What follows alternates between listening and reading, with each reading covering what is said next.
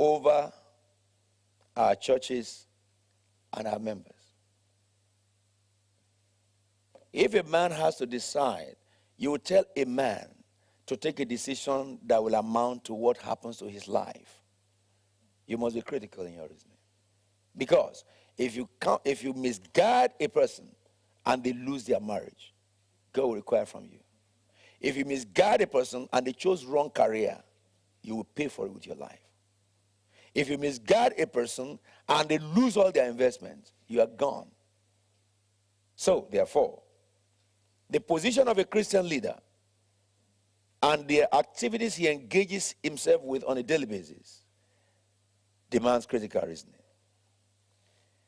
Critical reasoning itself is something defined as a skill or cluster of skills which involves 1, reasoning logically.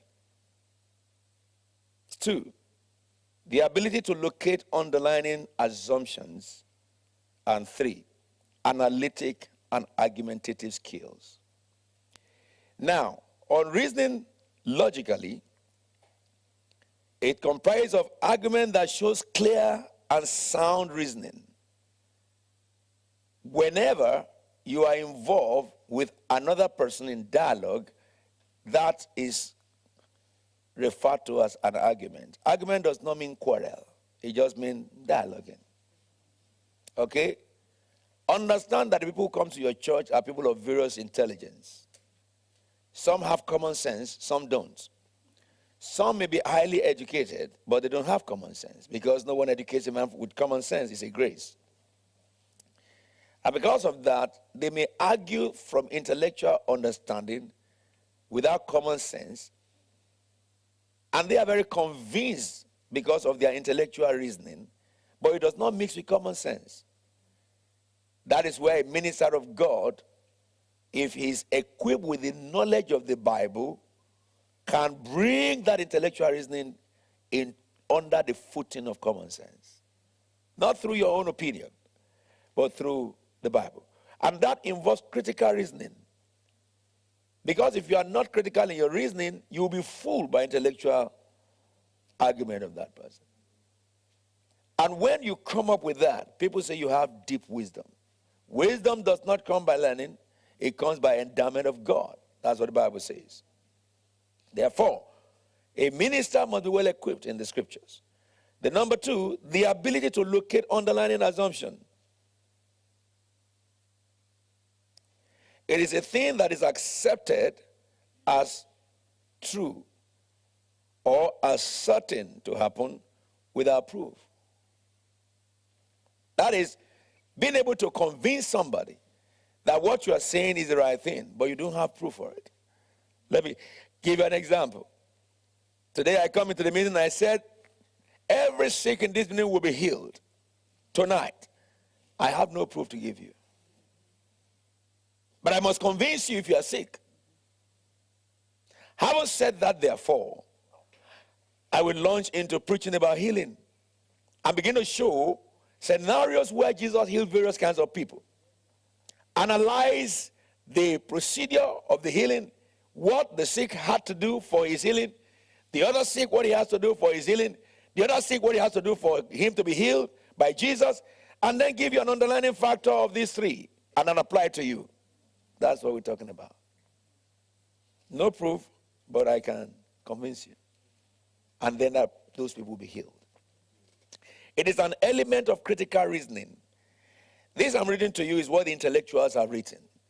But while I was studying these things, I began to see that it's all from the Bible. It's all from the Bible.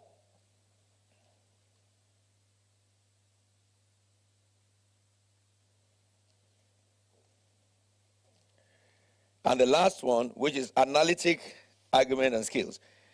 All these are things that you display when you preach. You just said the topic of my preaching today is who is God. Now, here comes. Now for a minister to preach who is God, or to say that I want to teach, the topic of today is God is. Then he goes through the process of critical reasoning. Beginning from tracing the origin of when God was mentioned in the Bible and looking at the context in which what God was mentioned for and the function of the God mentioned to prove that God is, because the Bible did not say there is God. But the Bible speaks about the God that is by the works that God did. And looking from Genesis to Revelation and drawing a parallel that as he did in Genesis, he did at this time, he did at this time, he did at this time, he did to the end of the Bible, he's doing right now. Then there is God. That is critical reasoning. You can solve complex corporate problem through critical reasoning. Of course, every corporate problem. When they say there's a corporate failure, the people who solve it are people who can be critically in their reasoning, or they can be critical in their reasoning. They first look at the organization. This organization that is mighty and, guys who are running it up, very, very experienced and all stuff. But you have to know where they're going wrong. If they didn't go wrong, why are they going for liquidation? And like Pastor Fumi was saying to you, I can't be sure that they are well.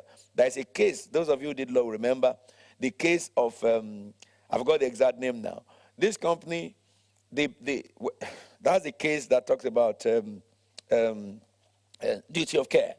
This company advised another company to buy a company, knowing fully well that the company was liquidating in 2 months. The account of the company says that the company has 1.5 million in excess, and when they go there, the company only have 4 million in debt, and they have bought it from the council.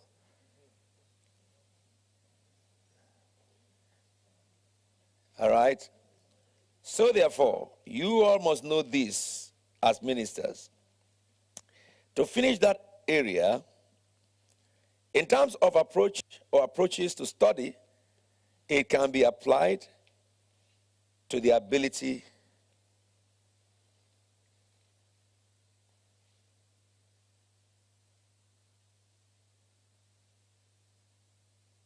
now, critical reasoning in approach to study. It can be applied to your abilities to be what? One, curious, to be flexible, and to be skeptical. When you apply critical reasoning to studies, okay, your approach will be curious, but you are flexible. You are not rigid. You don't make opinion before you study. You study and draw opinions from it. If you have a set mind before you approach people's matter, it's guilty anyway, you will convict the innocent. Your approach must be curious, flexible, and skeptical. To be skeptical means not to be easily convinced until you approve all evidences. And Genesis chapter 1, verse 26. Then God said, let us make man in our own image, in our likeness, and let them rule over all the fish and of the sea and of the birds of the air, and livestock over all the earth and all stuff like that. So God created man in his own image, verse 27. In the image of God he created them, male and female created ye them. And then he says, God blessed them and said, be fruitful and increase in number, fill the earth and subdue it. Rule over the fish of the sea and the birds of the air and over every creature that moves. You will see God here had an intention to create man. But before the intention to create man, made provision to empower man. You don't send people out for a mission without empowering them. If you don't have the means to empower them, don't send them. Don't send them. And if they need to be trained or be informed, you must make sure that is done so that they are fully equipped for what you're sending them. Write this down very quickly. Mental development through critical thinking. Pastors are seen as chief executives of organizations. Like,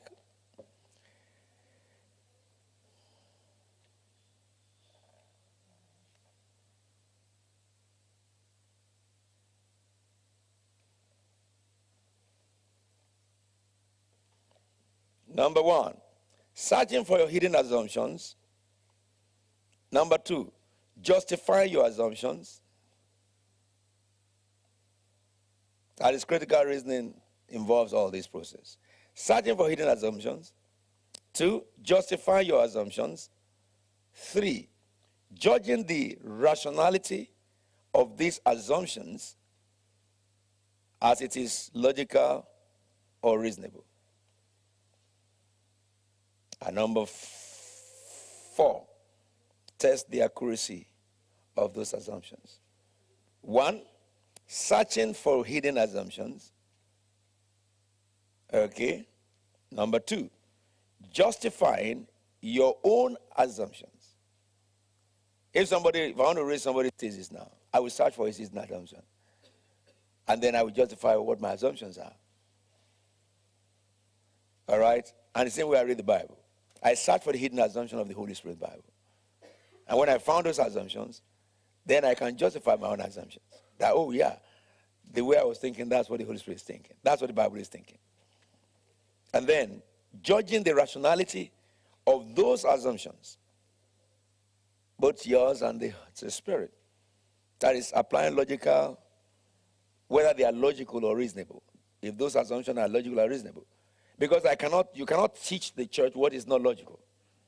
You can't teach the church what is not reasonable. Like just say that God is just God. That's it. He is just God. And he is just God. People back down and get away from you. They pack away their load and get away from you. They want to know more than that because they know that already. That's the reason why, all those people perpetrate error, those who follow them. Can you imagine someone says that God is telling me that the offering you are giving right now, that is the main offering that will transform your life. What about all the ones you have been given? The Bible did not say that is the offering that will transform. And God cannot say what he did not say in the Bible. This is the very, very, very one. It's all lie. It's irrational. It is unreasonable. And anybody who is trained in critical reasoning will look at them as fools. And they carry their bag and walk out from the place. Oh, God is telling me here that 10 of you I will give 500 pounds. If I have 500 pounds in my pocket and I went to a service, does not mean that God wants my 500 pounds. If somebody picked it up, they can pick it up in 2 ways. Either by medium, which many of them are. Okay? They can pick it up by the Spirit of God. But the difference between medium and Spirit of God is that if God sees that I have 500 pounds, he will not say that I should give it. Because God will have spoken to my heart that is what I'm giving. So if a prophet spoke and I have not heard from God, God has not spoken. That is the scriptures. 1 Corinthians chapter 14 tells you to do that. Talks about that. So all these lies that going on in the church is because people have not understood the principle of critical reasoning. That you must be what you say must be logical and reasonable. Number 4, you must test the accuracy of all assumptions. Don't just present it. Prove it. All right. The origin of critical reasoning is Genesis chapter 1 from verse 1 to 4. That is the origin of critical reasoning. In the beginning, God created the heavens and the earth. Now the earth was formless and empty. Darkness was over the deep, and chaos. The Spirit of the Lord was hovering over darkness. Okay. So now, God created the heavens and the earth, but he didn't intend it to be like that. Then suddenly it's void. There's a need for critical reasoning. And God began to think in his mind. What I see is not what I intend. All right? And so he sat down to paint all what he wanted in his mind. And after he had completed painting all what he wanted in his mind, he came out and spoke them to be. That's the reason why things are. Any word that comes out of critical reasoning has power. To convince man supremacy over demons, if it is in God, I will get it now. Some of us have operated it, but what I'm doing for you now is just to analyze what you're operating. And what does that do for you? It helps you to now do it better. And if you are not doing it, it helps you to now recognize that you just don't come out and say something without really going through the process of reasoning. Okay. No, give me my something. This is where I'm going to end you up. The rest of this lecture, we will continue in the retreat. But write this down too. Corporate governance. I was to introduce you to corporate governance.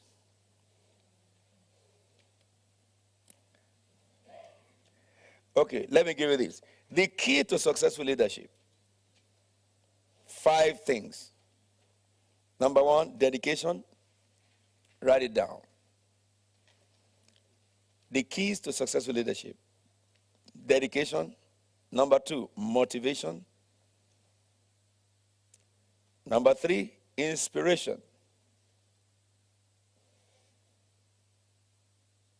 Number 4, innovation. And number 5, continuity. Continuity. Continuity. Who will take over from you? What you did 28 years ago, where did you dump it? You should continue. What you did last year, why did you dump it? Continuity. Number 1 is dedication, the ability to dedicate yourself. Number 2 is motivation. Number 3 is inspiration. You must always have inspiration in what you are doing. It must always be exciting. Then number 4, innovation. You must always innovate, new ways, better ways, refining what you're doing, improving on yesterday. And the last one is continuity. Maintain the status quo. It's in the book of Acts chapter 2 verse 42. All this. They devoted themselves to the apostles' teaching, to the breaking of bread, to the fellowship and the prayer. I will get there now. And you can read that to 43. In these notes, I gave scriptures for every facet that I'm talking about. I think I rushed this for you. Write this down, characteristics of a great leader. Characteristics of a great leader.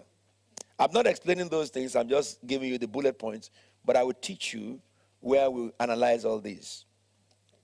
Great leaders are engaged. Number 1, the characteristics of a great leader. They make others keep safe to speak out. Great leaders create an atmosphere where others are free to speak. Pastor Ty was telling you that when I'm in the midst of the administrators and my trustees, God gave me a vision, and I said, this is the way we're going to do it. And I said, come on now, let's talk. Tell me what's your view. And someone says that, no, Apostle, that would not be the right way to do it. Oh, what? Tell me how. And they say, I think, in my opinion, if we do it this way, we will achieve better results. Tell me the procedure. All right. The way that you have suggested, if we consider X and Y and Z, that would be a hindrance.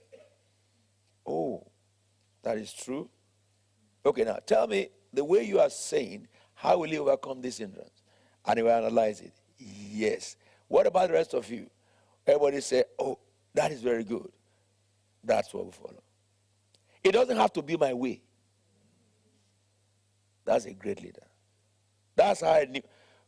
I didn't study accountancy in university, but now as a lawyer, I did a part of it. In trust law and commercial law. But at the beginning, I got my knowledge from Mr. Oni. Pastor Fumi joined. I got knowledge from Pastor Fumi. And then every time I question them, I get the knowledge. Pastor Sidney, auditor, I will interrogate them. When accountant dump book to me, I will call them that. Tell me what's the meaning of this. What's the meaning of this? What's the meaning of this? When I talk to doctors in this church, I will critically examine them and question them. You can't just tell me that this is a cure for this. So if I want to talk to a doctor about heart, I will have gone to download everything about heart, read it thorough. Then I come to you and talk with you. So that don't talk to me like a naive person. Use all your legal, your technical language. And that will juggle my brain to what I've read. By the time I leave that doctor, I can analyze the sickness. Same thing with all the artisans.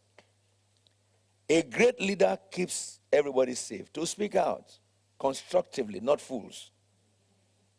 Are we together now? You don't allow fool to speak. I taught you that yesterday. And you don't allow a rebellious man to speak. Someone says that, no, that's not good. Okay, what is good? If you can't say what is good, please never speak again. in this church, when I say that, okay, let everybody think about what to do, and someone said that it suggests this. That one said it suggests this. I said, write it down. When they finished writing it, I said, what did you suggest? Go and develop how we will do it. What did you suggest? Go and develop how we do it. You will not be the baggage of suggestion. If you cannot do what you suggest, keep that suggestion for forever. So when I started doing that, when I asked for suggestions, it's very narrow. Very limited. Hallelujah. Very, very limited. So that people who suggest are the people who really know. Are we together now? Number 2, great leaders make decisions all the time. Number 2, great leaders make decisions. Number 1, great leaders make others keep safe to speak. They don't follow you like you are a demigod and everybody's afraid to say something. That's not a great leader. That is an oppressor. Number 2, great leaders make decisions all the time. You have to make the decisions. Number 3, and I've taught you about, critical reasoning to help you in decision-making process. Number 3, great leaders communicate expectations. Some people know what you expect from them. They don't just work without having knowledge of expectation. Number 4, because you make decisions and you communicate expectation, great leaders challenge people to think. Every time what you say will make people think better. You don't condemn people, even if they are stupid in their opinion. One of the things that I was taught when I was doing my LLM is that in a group discussion, they ask us a question and we are all contributing. And somebody haven't read all the lectures and some books, and they give us a question. Some people were talking nonsense. Of course, 35 of us started, 15 of us finished. Hallelujah, somebody. And really, the 15 of us, among the 15 of us, is 5 of us that are graduating now. The other postponed some of their curriculum. In my course, if you postpone one module, you will add 6 months to your graduation. If you postpone 2 modules, you will come back in 1 year time. If you fail one module, you will add 6 months. If you fail 2 modules, they send you away. Because I studied my LLM in Liverpool University, which is one of the Russell Group. No nonsense. Are we together now? But they will ask stupid questions. Stupid question means they didn't read.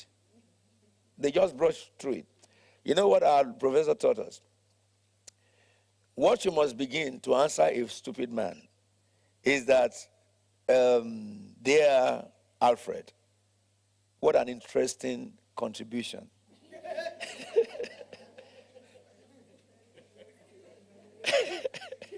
Anybody, whether stupid or right, what an interesting contribution. And then you say to the stupid one, while I agree on the facts of your representation, could I just also add to the application? And then you begin to now talk about the application, which will refute all what rubbish you are written, and you will be giving case laws and references of your facts. So that at the end of it, you say, what is it? Something encouraging. What did they say we should be saying, really? One of the things you can say is that, more grace to your elbow, and, something to encourage him. So he will not be put off. But from your writing, he will know that he was stupid. Next time, he will have to go and read well. Read very, very well. And, we discovered that if you're a barrister and you are in court, if you apply that approach, nobody can guess where you are going to end. So at the beginning, and that's what judges do. At the beginning, when judges begin to praise you, know that you're in trouble. The end of their decision will be that, but you will have thought that you are the one who won the case. When they now begin to say your but. So communication, expectation, challenge people to think. Number 5, be accountable to others. A great leader is accountable to others.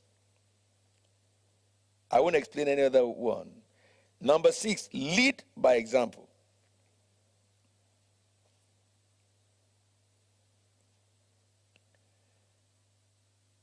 Number 7, measure and reward performances. When people perform good, reward them. We do that a lot every year here now for all workers. The best worker of the year, their department will tell them we'll do a dinner for all the workers. Last year, we couldn't find a hotel because the workers were probably about 500 or something like that. And all the departments, we had to, reward those who perform well. And we have statistics to evaluate the performances and all stuff like that. And next year, we're going to have, we're going to be more. This year, we're going to be more. And we're looking for a place around that could be a lot bigger. You must make sure that you measure and reward performances. And that not only the performances of people, but your performance. You evaluate yourself and measure your performance. That will help you to innovate. It will help you to do better. The previous one I told you. Then number 8, provide continuous feedback. There must be dual communication between you and your downline. You instruct them, enable them, train them, empower them, release them, and then they must feedback. So that if they have a problem, you quickly solve it before it becomes protracted. And you lose a lot. Do we get it now? Number 8, 9. Properly allocate and deploy talents. Don't appoint somebody who's not qualified to oversee others who are qualified. It will cause chaos. It may be a young person that is qualified, and it may be very old people who are in the group. They should learn to submit to the talent. It is not by age we appoint leaders. It is by talent. Number 10, ask questions and seek counsel all the time. Don't think it is a sign of weakness for you to ask your member to teach you. I was a Baptist pastor, and I was working as a chef in a Pizza Hut in London at Trafalgar Square. That was my shop. And the person who got the job for me was a member of my church, who is the boss. And when the church is not paying me, I have to look for a job to keep my belly and soul together. So my member got me a job. And then in the office, here I have others between us. And that one will want to instruct me in his capacity. And that my member will say, if you ever command my pastor, I will sack you. Don't you know he's my pastor? So I have to call him behind and say, please, don't sack anybody here. Here, I'm not your pastor. I'm your obedient servant. Some people say that, but I'm the pastor. Well, what? I'm a chef. Pizza chef, eating pizza every time. So that's number 10, isn't it? Ask questions and seek counsel. You don't know everything. Celebrate others in their grace and use them. Let your people feel that you recognize their grace. And talk about them. When I talk among you, I always talk about what each person has done. Say that. Number 11, problem solved. That is, make sure every problem is solved. Always avoid procrastination. All right? If there's a problem, don't sweep it under the table. Get it solved. You have 2 more. Number 12, sorry. That's 11. Number 12. Great leaders have positive energy and attitude. You must be a motivator, an encourager. And your attitude must be very accommodating. Believe in everybody. Believe in them when they don't believe in themselves. Tell them what they will be and call them that now. You know, there are some children in this church. God told me their career. That's when I called George. He's going to be a judge before me. The others, God said to me that he's going to be a professor. I call him professor. The one who's going to be a doctor, I call him doctor. Lawyer, I call him lawyer. Some of them now have become what I said. I called them as they grew up. And one of them one day has challenged his father. The father called him by name. And he said to the father, You don't call me by name. A couple of them, I call professors. He said, I'm professor, and I mentioned his name. Daddy said, you are professor, and called, he said, address me as professor, such and such. And daddy said, who told you you are professor? He said, Apostle told me I'm professor. He calls me professor. And daddy said, okay, I'm sorry. Professor, such and such. And he said to the daddy, I will report you to the apostle. So when he came to church, and the daddy was taking him away, I was greeting them. I said, how are you, professor? He said, Apostle, I want to see you. I said, yeah, this is me. He said, my daddy, I want to report my daddy. I said, what has your daddy done wrong? He said, because you taught us if somebody did wrong, we should rebuke him. And if he says, I'm sorry, we should report to you that he has said, I'm sorry. My dad called me by name, and I told him I'm professor, and then he said he's sorry. I said, has he said to you he's sorry? He said, yes. I said, now that he's sorry, do you forgive your dad? He said, I forgive him, but I must tell you.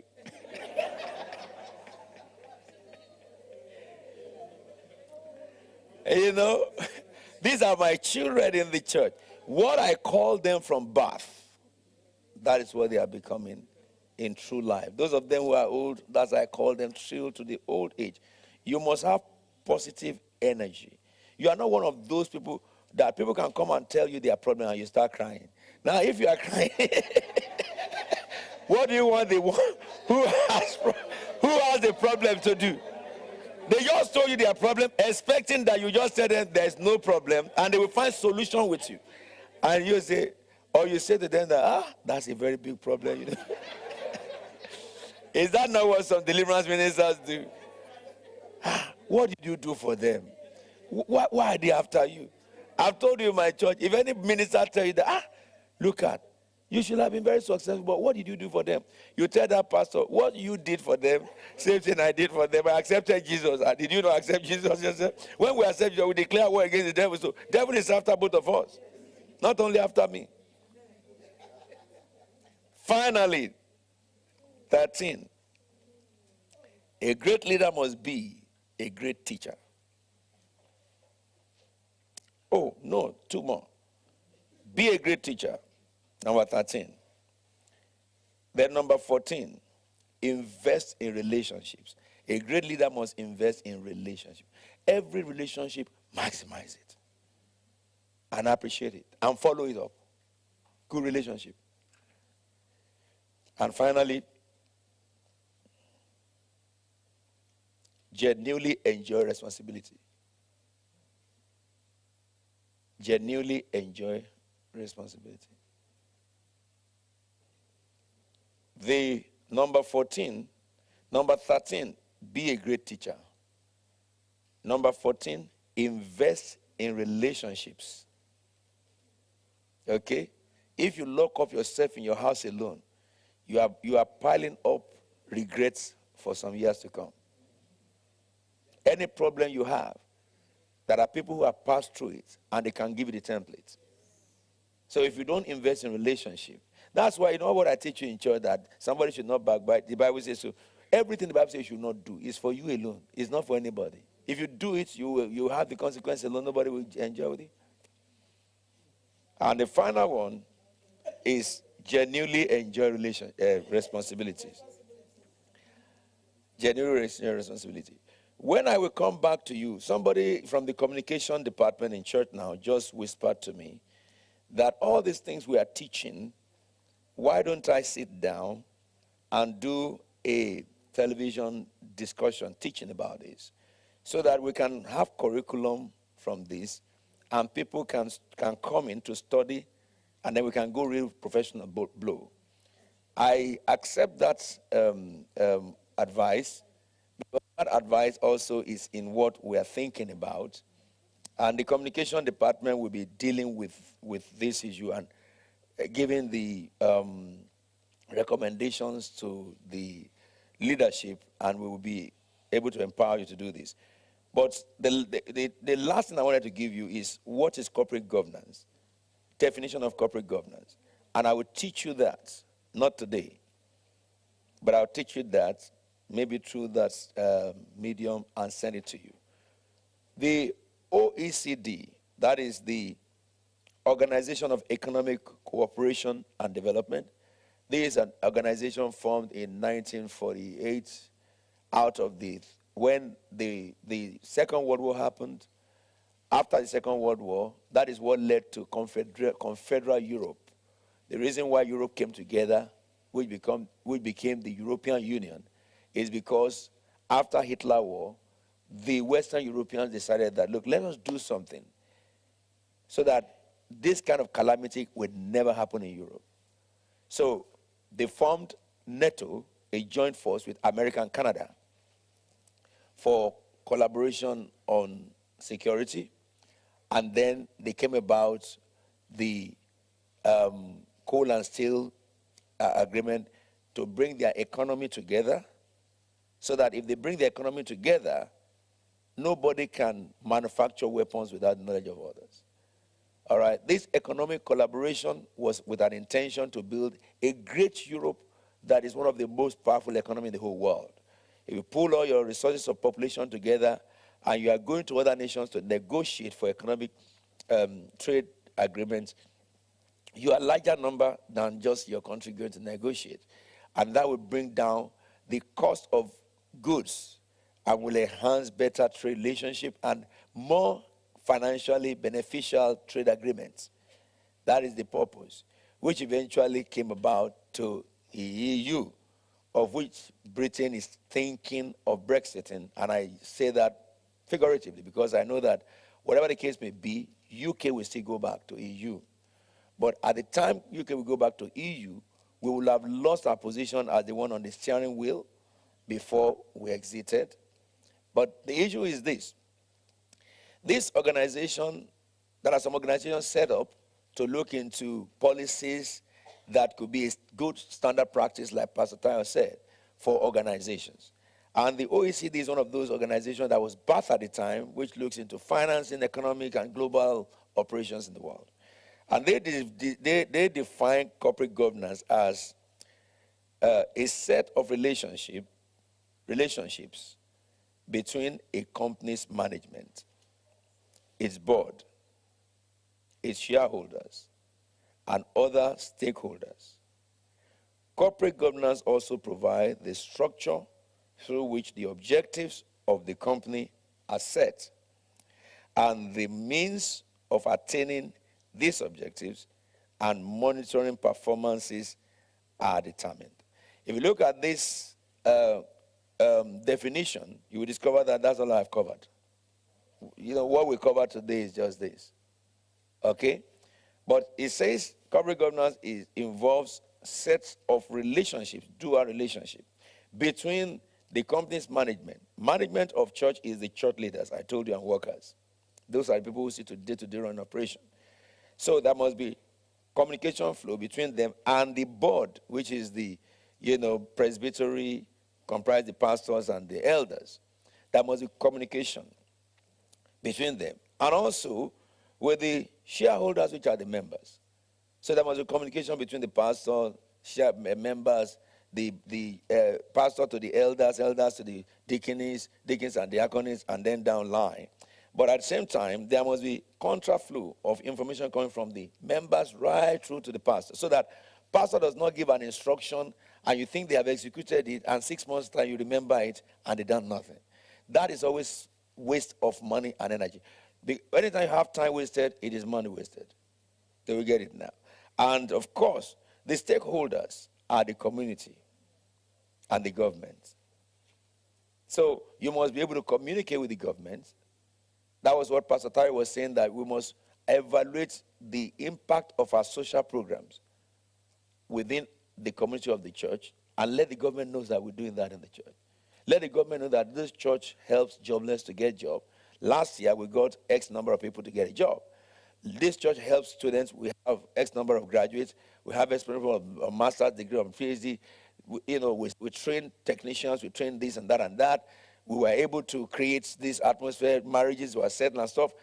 The impact of social action should be communicated to the government. And also the government must know that we are compliant in law. That is, that they can't come here and say that Apostle took some money that does not belong to him. We are transparent. It's not possible.